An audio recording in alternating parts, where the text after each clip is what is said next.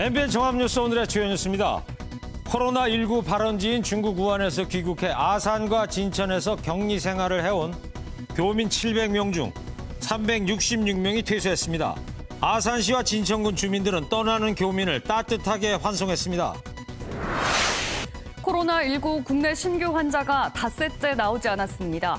중국의 신규 환자 수도 2,000명대로 줄어드는 등 감염증 확산세가 주춤하는 분위기입니다. 일본에서 지역사회 감염으로 추정되는 코로나19 환자들이 잇따라 나오고 있습니다. 일본 정박 크루즈선에서도 중증 환자가 나오면서 아베 총리가 궁지에 몰렸습니다. 코로나19 여파로 헌혈하는 사람들이 줄면서 혈액 수급에 비상이 걸렸습니다. 발길이 끊긴 도서관과 스터디 카페도 운영에 어려움을 겪고 있습니다. 언론중재위가 임미리 교수 칼럼이 선거법상 위반이란 유권 해석을 내자 일부 민주당 지지자들이 선관위에 임 교수를 신고했습니다. 보수 야당들은 임 교수를 고발했다가 취하한 더불어민주당에 대한 공세를 이어갔습니다. 영화 기생충으로 아카데미 감독상을 받은 봉준호 감독이 내일 오후 귀국합니다. 봉 감독은 할리우드 스타들이 출연하는 미국판 기생충도 연출합니다. 여러분 안녕하십니까? MBN 종합뉴스입니다. 우한 교민 366명이 오늘 격리시설에서 퇴소했습니다. 격리 보름 만이죠. 네, 지역 주민도 응원을 보내지 않았습니까? 네, 진천 아산 마을 주민들은 수고하셨습니다. 교민은 고맙습니다라고 화답했습니다. 네, 따뜻한 동포 감동적이었습니다. 네, 노승환 기자가 보도합니다. 수고하셨습니다. 고맙습니다. 아산 격리시설 앞에선 이른 아침부터 주민들이 응원을 보냈습니다. 교민들이 탄 버스가 시설을 나가는 동안 아산시 공무원 합창단과 주민들은 애국가로 교민들의 노고를 위로합니다. 주민들이 안전하게 귀가하신다 해서 마을 주민들이 자진해서 나왔습니다. 서로들 고마움을 정을 나누는 그런 계기가 됐으면 좋겠습니다. 퇴소 인원은 366명. 지난달 31일 중국 우한에서 귀국해 아산과 진천에 격리된 지 15일 만에 전원 음성 판정을 받고 나왔습니다. 많이 답답하고 불편하셨을 것입니다. 코로나19를 이겨내신 교민 여러분 고맙습니다. 교민들은 고마움을 전했습니다. 매일 전화해 주시고 몸 상태 어떠냐고 다 물어봐 주셨거든요. 그리고 불편한 거 있어도 다 이제 되도록이면 협조해 주시려고 하셔서. 정부는 앞으로도 퇴소자들의 건강을 수시로 확인할 계획입니다. 이곳 아산 경찰 인재개발원에 남아있는 334명의 교민과 시민들은 내일 이곳을 나갈 예정입니다. MBN 뉴스 노승환입니다. 보름 전 입사할 때만 해도 우려가 컸습니다만 우리 교민들 무사히 퇴소했다니 참 다행입니다. 충북 진천 국가공무원인재개발원에서 지원 업무를 맡은 전상률 진천 임시생활시설 정부 합동지원단장을 전화로 연결하도록 하겠습니다. 전상률 단장님 안녕하세요. 예, 안녕하세요. 우한 교민들은 그동안 잘 생활하셨는지요? 예, 생활을 잘하셨습니다. 이번 임시생활시설은 처음이라서 아무래도 저희가 지원을 잘한다 해도 14일간이나 격리돼 있기 때문에 힘드셨을 겁니다. 하지만 잘 참아주시고 견뎌내 주셨거든요. 처음에 들어오실 때만 해도 저희들이 볼 때 이분들이 과연 잘 참아내실까 이런 게 걱정을 했습니다만 생각보다도 저희들에게 잘 협조해 주셔서 저희도 임시생활시설을 무난하게 끝낼 수 있었습니다. 네, 그렇군요. 전 단장님 조금 전에도 말씀하셨습니다만 불안과 격리에 따른 고통 심해셨을 것 같은데 주로 어떤 어려움을 호소하셨어요? 처음에는 저희들한테 요구사항이 너무 많아서 저희들이 메모지를 이제 넣어주고 또 볼펜도 넣어주면서 건의사항이나 필요한 사항을 좀 써달라고 부탁을 했습니다. 그래서 써서 문 앞에 이렇게 이제 붙여놔달라 이야기를 했는데 이 헬스장 운영이나 산책, 택배, 흡연 이런 문제가 이 건의사항이 가장 많았습니다. 그래서 저희들이 여기는 금연시설이다 보니까 시설에 오신 것은 사실 접촉을 최소화하고 그래서 바이러스 전파를 막기 위해서 여기에 오셨기 때문에 저희들을 안내에 좀 잘 따라 달라고 방송을 하고 또 심리지원단을 통해서 설득을 했더니 교민들이 잘 따라주셔서 고마웠습니다. 네. 관심 가는 부분이 이제 식사인데요. 식사는 어떻게 조달하고 그러셨어요? 시의학청에서 안전성이 이제 확보된 도시락으로 하다 보니까 처음에는 뭐 이 국 같은 게 없으니까 컵라면과 미역국, 북엇국을 이렇게 추가해서 구입해서 드렸는데 나중에는 그것만 드실 수 없어서 샌드위치라든지 김밥, 비빔밥 이런 장어 정식 등을 메뉴에 추가했습니다. 네. 이 여러 가지 추가했지만 그래도 14일 동안 삼시세끼 이렇게 도시락만 드시는 데는 참 힘들었을 것이라고 생각이 됩니다. 네. 교민분들 중에 임신부도 계셨잖아요. 예. 어떻게 어려움 같은 게 더 컸을 것 같은데요. 저희들 임신부가 진천에 두 분이 계셨습니다. 그리고 임신 초기라서 이 뜻이 상당히 심했거든요. 그래서 도시락도 잘 들지도 못하시고, 그래서 죽이나 과일, 주스 이런 것도 최대한 이제 드실 수 있도록 노력을 했는데, 다른 분들보다는 엄청 힘들어 하셨을 겁니다. 네. 지금 말씀드리니까 약간 또 짠하기도 하고요. 네. 예. 고생하신 만큼 보람도 크셨겠는데, 자, 임무를 마치고 이제 소회나 국민에게 하시고 싶은 말씀 끝으로 부탁드리겠습니다. 저희들도 사실 혹시 모를 감염에 대비해서 식사를 나누어 드릴 때도 방호복도 착용하고 했는데 사실 처음에는 있는 일이라 힘들었지만 뭐 잘 했다고 이렇게 생각은 들고요. 또 걱정이 되는 게 국민들께서 우한 교민을 만나는 것을 기피하는 경우가 또 있습니다. 하지만 이 우한 교민들은 2주간 격리하고 2번 이상 이렇게 검사를 받아서 음성이 나왔기 때문에 만나도 걱정을 안 하셔도 됩니다. 단장님도 그렇고 다른 직원 여러분들한테도 좀 감사의 말씀 드립니다. 잘 들었습니다. 예. 네. 예, 감사합니다. 예. 지금까지 전상률 진천 정부합동지원단장 이야기 들어봤습니다. 이어서 코로나19 확진자 현황 살펴보겠습니다. 우리나라는 지난 11일부터 오늘까지 닷새째 추가 확진자가 나오지 않고 있습니다. 중국은 어떨까요? 어제 하루 동안 31개 성에서 코로나19 확진자가 2,641명, 사망자가 143명 늘었습니다. 범위를 후베이 성으로 좁혀볼까요? 후베이 성에선 확진자가 2,420명, 사망자가 139명 각각 증가했습니다. 코로나19의 발원지인 우한시로 범위를 더 좁히면 새로 나온 확진자가 1,923명, 사망자가 107명 추가됐습니다. 계속 늘고 있긴 하지만 그나마 다행인 건 중국 전역에서 신규 확진자가 지난 12일에 15,000명, 13일에 5,000명을 넘었다가 다시 2,000명대로 감소세에 접어들었다는 점입니다. 게다가 후베이성을 제외한 중국 전역의 신규 확진자는 지난 3일 890명이었다가 어제는 221명으로 11일째 줄고 있습니다. 중국의 통계를 믿을 수 있느냐는 말들도 있지만 중국이 코로나19 감염 관리를 어느 정도 궤도에 올려놨다는 분석도 나옵니다.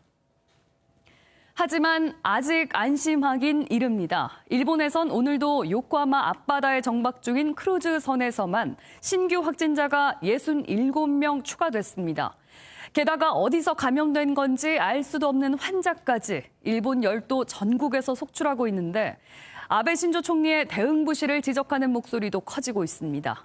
이상주 기자입니다. 오늘 나온 신규 환자 67명을 포함해 크루즈선 내 코로나19 감염자는 285명입니다. 일본 내 다른 환자까지 포함하면 327명으로 바이러스가 시작된 중국 다음으로 많은 숫자입니다. 감염 경로가 확인되지 않은 숫자가 속출하면서 일본은 그야말로 공포의 섬으로 변하고 있습니다. 최근 감염 경로 불명의 80대 여성이 사망한 데다 70대 남성이 중태에 빠지는 등 북쪽 끝부터 남서쪽 끝까지 전국으로 환자가 발생한 겁니다. 와카야마현의 한 병원에서는 3명의 감염이 새로이 확인돼 병원 내 감염이 현실화됐습니다. 위기 상황에서 선상격리 등 소극적으로 대응한 아베 총리는 뒤늦게 109억 엔의 예산을 편성하는 등 진화에 나서고 있습니다. 政府としては国民の皆様の不安をしっかりと受け止め、感染拡大の防止に向けて各地の自治体と連携して今後も検査体制を大幅に強化する。 하지만 SNS상에선 후쿠시마 원전 사고 당시와 정부의 대처 수준이 비슷하다며 아베 내각이 총사퇴해야 한다는 목소리까지 나오고 있습니다. 아사히와 니온게이자이 등 자국 언론 역시 코로나19가 전국에 번졌을 가능성을 제기하며 아베 정부를 비판하고 나섰습니다.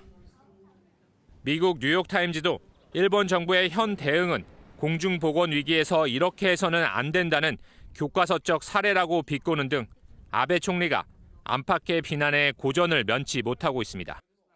MBN 뉴스 이상주입니다.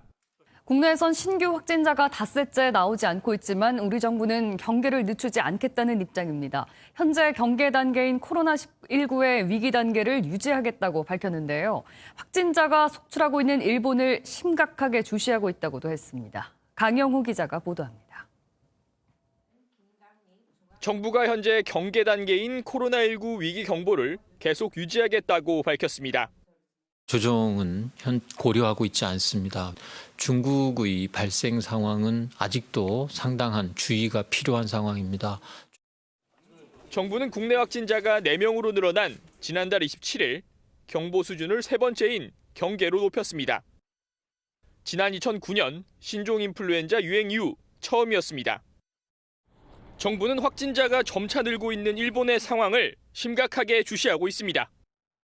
일본에서는 해외 여행력 등 역학적 연관성이 확인되지 않은 지역사회 감염이 발생하고 있는 환자 발생 동향과 그리고 이런 역학조사 결과에 대한 부분들을 예의주시하면서 일본이 오염 지역으로 결정되면 지금 중국발 승객과 마찬가지로 입국 단계에서 한층 강화된 검역을 받습니다. MBN 뉴스 강영호입니다.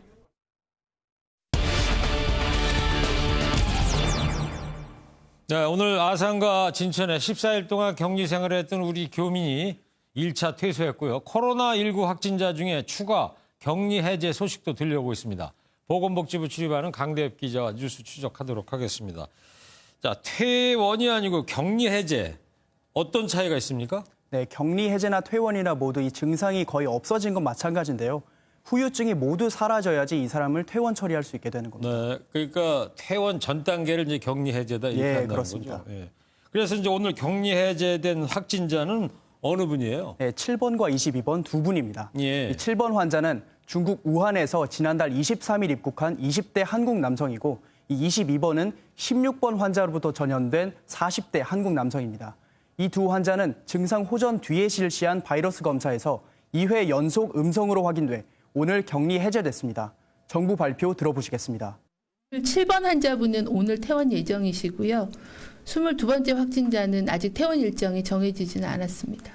그러니까 22번 환자는 격리 해제는 됐는데 퇴원 단계는 아직 안 왔다 이런 얘기인 거죠? 예, 맞습니다.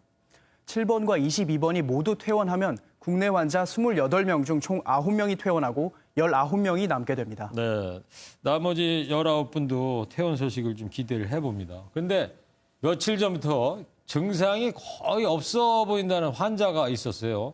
28번 환자죠. 이분 상태는 어때요, 지금? 네, 보건당국에 따르면 현재 코로나19 증상도 없고 폐렴 소견도 나오지 않고 있습니다. 예. 네, 이분은 입원 후에 2월 12일, 13일, 14일 이렇게 3번 검사를 받았는데요.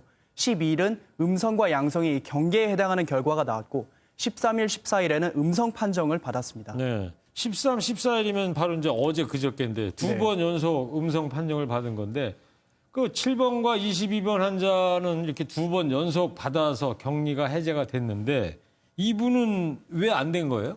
네, 말씀하신 대로 이분도 격리 해제 기준은 충족이 됐습니다. 네. 네, 하지만 이분이 확진 판정을 받기 전부터 진통소염제 같은 약도 복용을 했고요. 코로나19 발병일도 아직 명확하게 밝혀지지 않아서 보건당국은 신중한 입장입니다. 네. 중앙임상TF가 조금 더 검토를 한 후 격리 해제 결정이 나올 것으로 보입니다. 그렇군요. 근데 오늘 질병관리본부 브리핑을 보면 말이죠. 코로나19를 장기적으로 관리하겠다 이런 말을 했단 말이죠. 이게 어떤 의미입니까? 이 독감, 인플루엔자는 겨울철마다 찾아오잖아요. 예. 이런 걸 계절성 유행병이라고 해서 매년 감시 체계를 가동하고 있는데 이런 코로나19도 감시 체계에 포함하겠다는 겁니다. 네. 그러니까 이 코로나19도 인플루엔자처럼 장기적으로 유행할 가능성이 있다는 거죠. 전문가 설명 들어보시겠습니다. 네. 가능한 얘기입니다. 사람 사이에 유행하는 코로나 바이러스도 지금 이제 겨울에서 봄까지 계속 유행을 하고 있어서 이 바이러스가 그런 식으로 이제 토착화될 가능성에 대해서도 고민을 좀 해봐야 되겠는데. 네. 한편으로는 좋은 소식도 들려드렸지만 앞으로 장기 유행 가능성이 있다고 하니까 더욱 만반의 대비를 해야 할 것 같습니다. 지금까지 강대엽 기자였습니다. 잘 들었어요? 코로나19 여파로 된서리를 맞는 곳도 적지 않습니다. 일본 크루즈선처럼 밀폐된 공간에서 집단 감염이 발생하다 보니 도서관이나 스터디 카페 같은 곳도 발길이 뚝 끊긴 건데요. 정태훈 기자가 취재했습니다.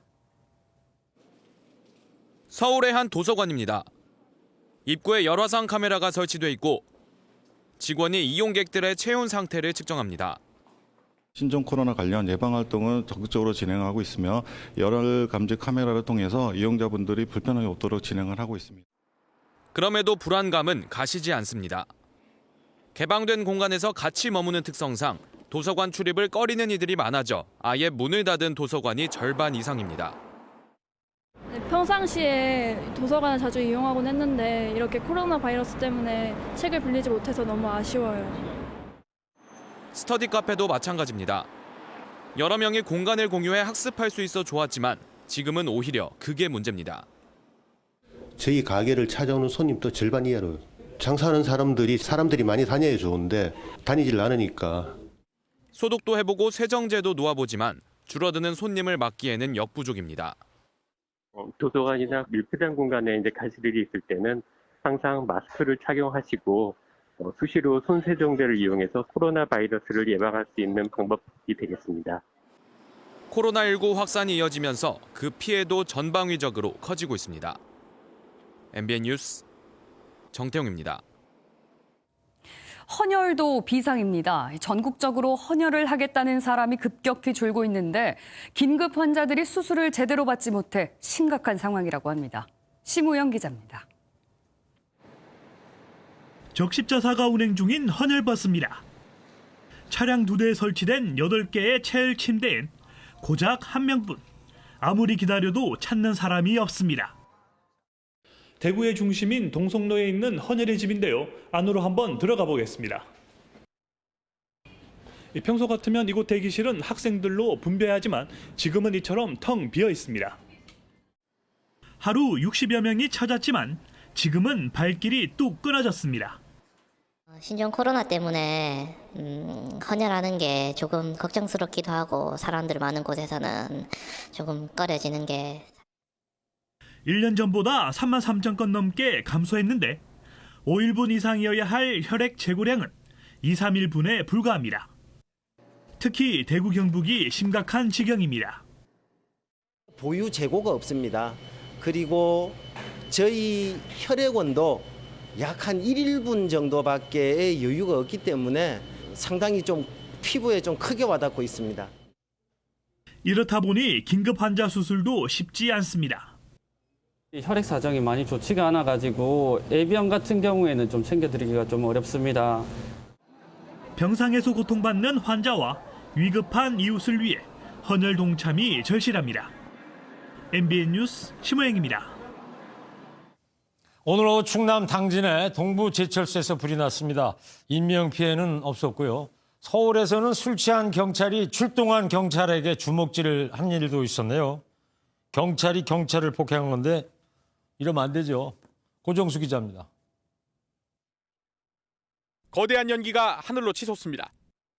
불이 시작된 곳에선 시뻘건 불길도 포착됩니다. 화재는 충남 당진 동부제철에서 설비 철거 작업 도중 시작된 것으로 추정되고 있습니다.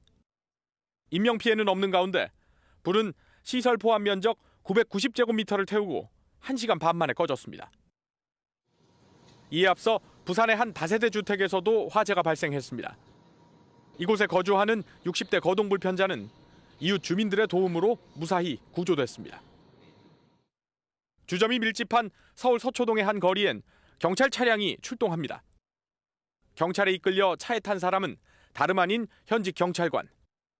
서울 소재 파출소에 근무하는 A씨는 택시기사를 폭행했다는 신고를 받고 출동한 경찰에도 주먹을 휘둘러 현행범으로 체포됐습니다. 체포 당시엔 술에 취해 있던 것으로 알려졌습니다. 경찰은 A씨를 폭행과 공무집행 방해 혐의로 입건하고 정확한 사건 경위를 조사 중입니다. MBN 뉴스 고정수입니다. 정세균 국무총리의 손님이 적어서 편하겠다 이 발언 논란을 일으켰죠. 일국의 총리가 손님 없고 일이 없어서 편하겠다는 식으로 말했다고 그래서 야당에서 비난 성명까지 나오고 그랬습니다. 그러나 사실은 이런 대화를 나눈 겁니다. 평소 알고 지내던 음식점 사장님한테 힘들어도 직원 자르지 말고 위기 극복하자는 거였습니다. 식당 사장님도 총리의 격려 발언이 왜 구설에 오르는지 모르겠다는 거 아닙니까? 배준우 기자 보도 보시면 금세 아실 수 있습니다. 정세균 국무총리가 코로나19 사태로 위축된 소상공인 위로차 방문한 식당에서 한 발언이 논란이 됐습니다. 요새는 좀 손님들이 적으시니까 좀 편하시겠네. 그렇지 않습니다. 마음이가. 공감 능력이 부족한 발언이란 비판이 쏟아지자 정 총리는 자신의 SNS에 해명글을 올렸습니다. 정 총리는 대화를 나눈 사람은 40년 전 인근 식당에서 일하시던 분으로 방문한 식당 직원으로 있기에 자연스럽게 대화를 나누던 모습이 일부 편집돼 전달되면서 오해가 생겼다고 설명했습니다. 그럼에도 어려움을 겪는 국민께 심려를 끼쳐 죄송하다고 전했습니다. 해당 가게 업주도 직접 상황을 설명하는 글을 올렸습니다. 정 총리가 직원에게 근무 강도가 약해졌겠다며 농담을 건넨 뒤 장사가 어려워도 직원을 자르지 말고 같이 극복하자고 격려하는 상황이었다는 겁니다. 우리 사장님은 그 직원들 또 나오시지 말라고 하시면 안 되고, 예? 그냥 이제 다 모시고 다 해야죠. 그럼요. 예. 우리 사장님 박수 한번 쳐줍시다. 식당 업주는 또 격려를 받은 자신이나 직원이 기분 좋게 하루를 보냈는데 매장과 총리가 구설에 오르니 당혹스럽다고 밝혔습니다. MBN 뉴스 배준우입니다. 또 논란거리가 이거죠. 민주당 빼고 칼럼. 민주당은 결국 임미리 교수 고발을 취소했고요. 근데 언론중재위가 임 교수 칼럼이 선거법상 위반이라는 유권 해석을 내놨습니다. 이러자 민주당 지지자들은 선관위에 임 교수를 신고하고 자유한국당은 총체적 오만이라고 규정하고 4.15 총선 오늘로 딱 60일 남았습니다. 여야가 정책 대결하는 모습 이 60일 동안에 보여주기는 할까요? 주진희 기자 보도 먼저 보시고요. 뉴스 추적 들어갑니다. 언론중재위가 고려대 임미리 연구교수의 민주당만 빼고 칼럼에 대해 선거법 위반이라는 유권 해석을 내렸습니다. 공직선거법 제8조 언론기관의 공정보도 의무에서 정한 공정한 보도 논평 규정을 위반한 것으로 판단한 겁니다. 언중위는 가장 낮은 수준의 권고 조치로 법적인 강제성은 없다며 선거에 영향을 미칠 수 있으니 유의하라는 취지라고 설명했습니다.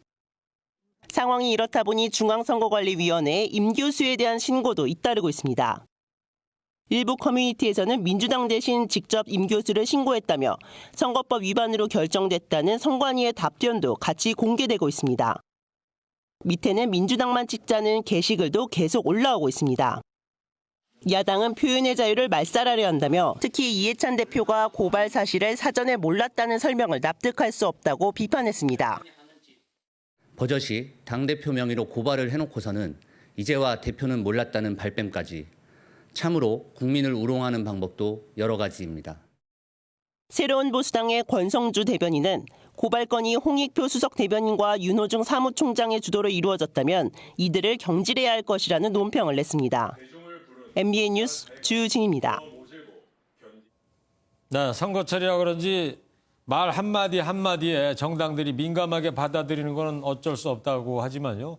비판 칼럼에 대한 고발은 지나쳤다. 이런 평가가 좀 많이 나오고 있는 것 같습니다. 이 논란 이동아 기자와 함께 이야기 나눠보도록 하겠습니다. 이동아 기자, 민주당이 이제 고발을 취하긴 했지만 방어를 하려다가 오히려 화만 키웠다 이런 이야기들이 지금 나오고 있지 않습니까? 네, 맞습니다. 최근에 영입인재 원종건 씨의 미투 의혹, 이해찬 대표의 장애인 비하 발언 등 올 들어 민주당에서는 잡음이 끊이지 않고 있습니다. 민주당만 빼고라는 말이 민주당 입장에서는 불쾌했을 수도 있지만 집권당 입장에서 오히려 겸허하게 받아들이고 되돌아보는 계기로 삼아야 했다는 지적이 나옵니다. 당 지도부에서도 공식 석상에서 대응이 과했다, 이렇게 깔끔하게 인정했을 법도 한데 문자 메시지로만 고발이 과도했다, 유감이다 라고만 간단하게 표현하고 넘어갔습니다. 네. 그것도 칼럼을 쓴 임 교수가 안철수 국민당 창준위원장 사람이었다는 것도 잠시 설명했다는 것, 개운치 않은 뒷맛을 남겼습니다. 관련해 원내대변인 말 들어보시겠습니다. 사전선거 운동에 해당될 수 있을 정도의 좀 정파성을 가지고 있는 정치적 이견이 있었던 것. 게다가 당대표조차도 누가 고발한 것이냐, 이른바 유체이탈 화법을 사용했고요. 지도부에서도 아무도 나서서 책임지려고 하지 않았습니다. 네.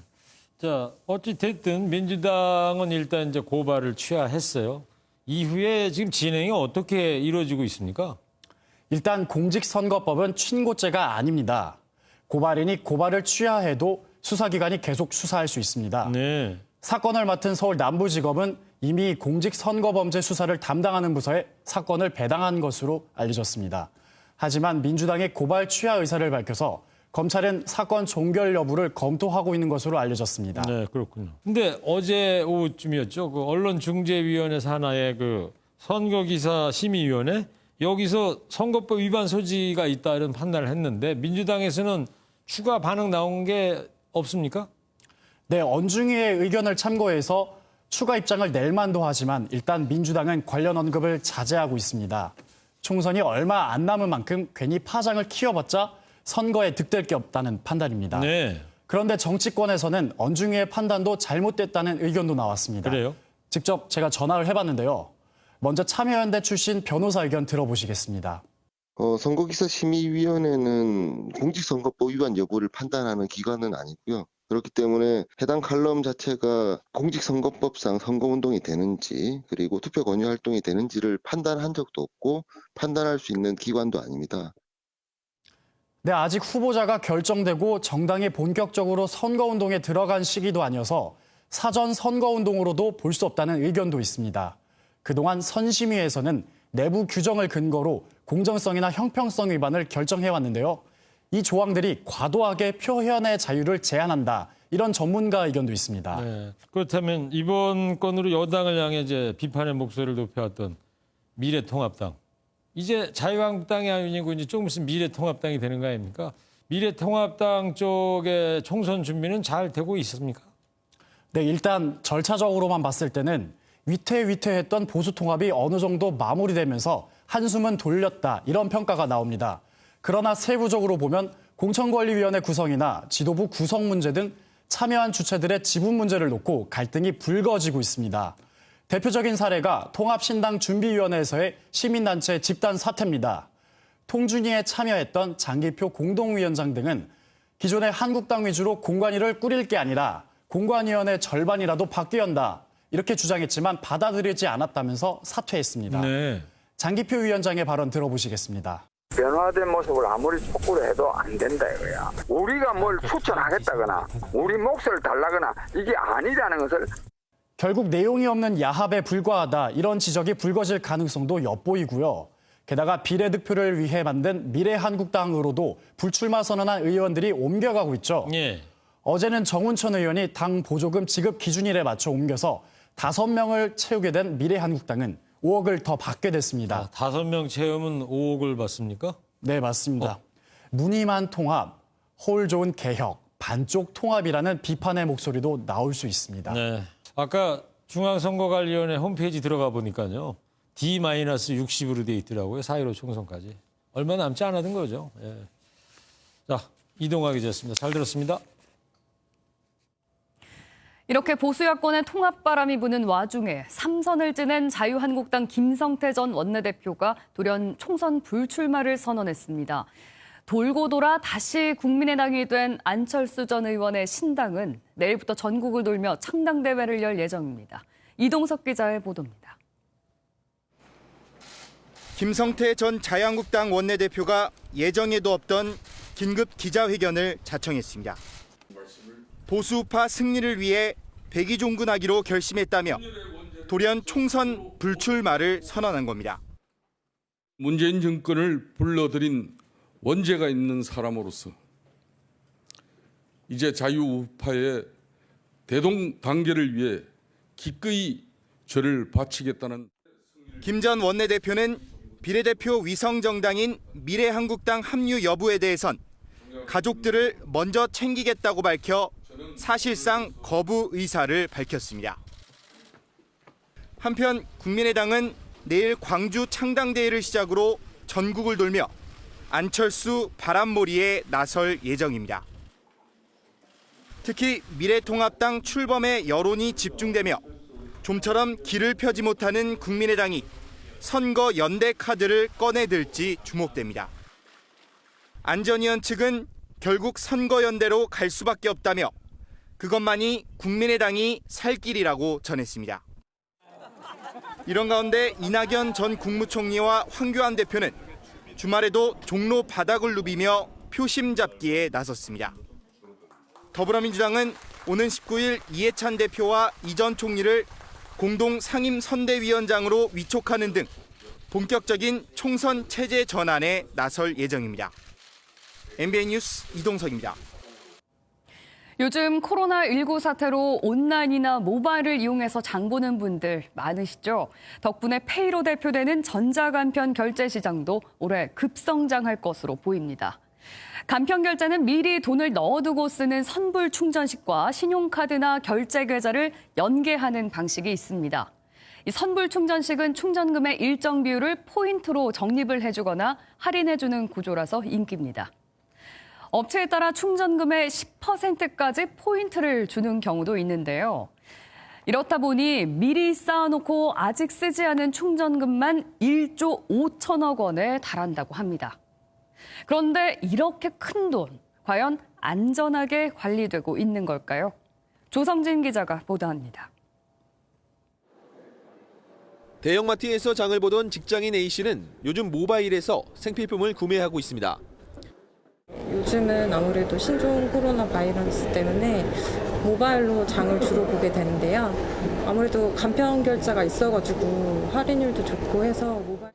전자 간편 결제 이용 규모는 지난해 상반기 기준 1,628억 원, 2년 전보다 2배 이상 늘어났고 계속 규모가 커지고 있습니다.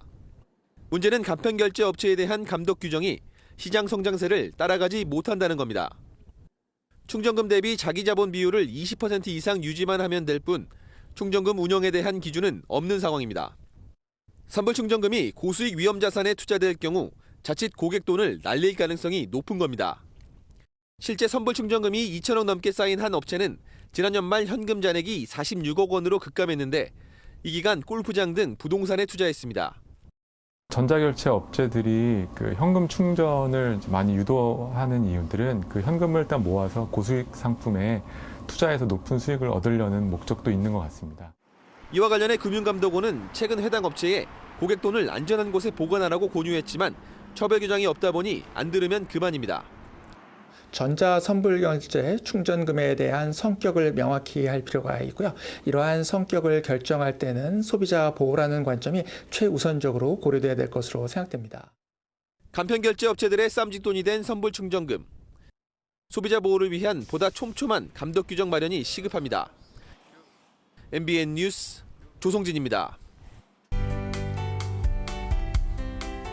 오늘 서울은 한낮에 15.6도까지 올랐습니다. 올해 가장 높은 기온을 기록했고 2월 중순 기온으로는 역대 세 번째로 높았습니다. 미세먼지도 말썽이었습니다. 밤까지 서쪽을 중심으로 나쁨 수준을 나타내다가 찬바람이 불면서 점차 해소되겠습니다. 밤사이에는 전국에 눈이 내리겠습니다. 아직은 기온이 크게 낮지 않아서 곳곳에 눈 대신 비가 내리고 있는데요. 새벽 3시쯤에는 기온이 0도 가까이 떨어지며 눈비가 섞여 내리겠고요. 아침에는 눈이 내리는 곳이 더 많겠습니다.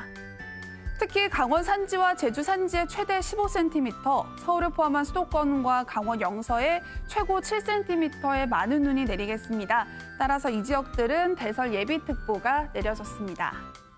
추위 대비도 잘하셔야겠습니다. 내일 서울의 아침 기온과 낮 기온 모두 영하 1도로 종일 춥겠습니다.